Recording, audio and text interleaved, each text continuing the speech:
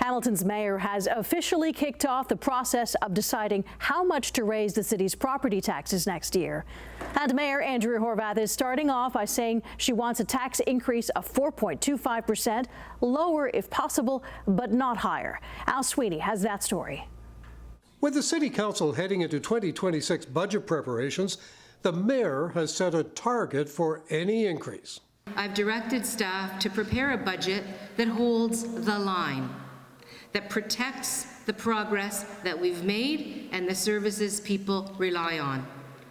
I asked them to do the hard work and hold any property tax increase to an absolute maximum of 4.25%. The mayor has issued her 2026 budget directive.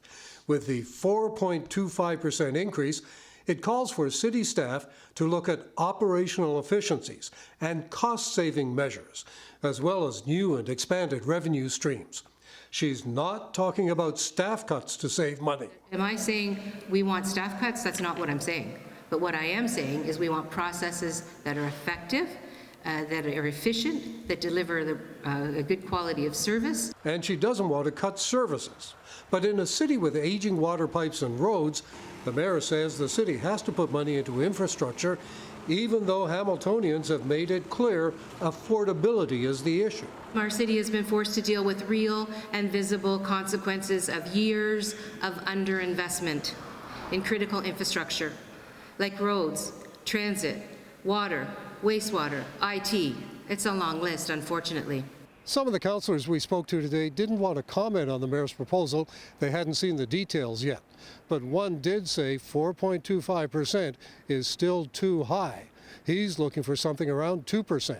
Stony Creek councillor Matt Francis says Hamiltonians can't afford 4.25, and any tax increase should stick to the rate of inflation, currently 1.9%. The last 3 consecutive years have been record high tax increases by the mayor and the majority of this council. So 4.25%, frankly, is unacceptable.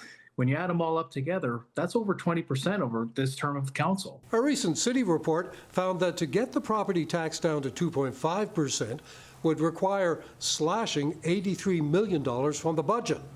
McMaster political scientist Peter Grafe says even that 4.25% could be difficult to achieve without cutting service, with city staff recently looking at a higher increase. I think we've seen from the finance department the idea that maybe 6.6% would have been necessary as a kind of a status quo measure in terms of the current level of service delivery and staffing. So we'll see. The proposed increase would mean a tax boost of hundreds of dollars per home on average.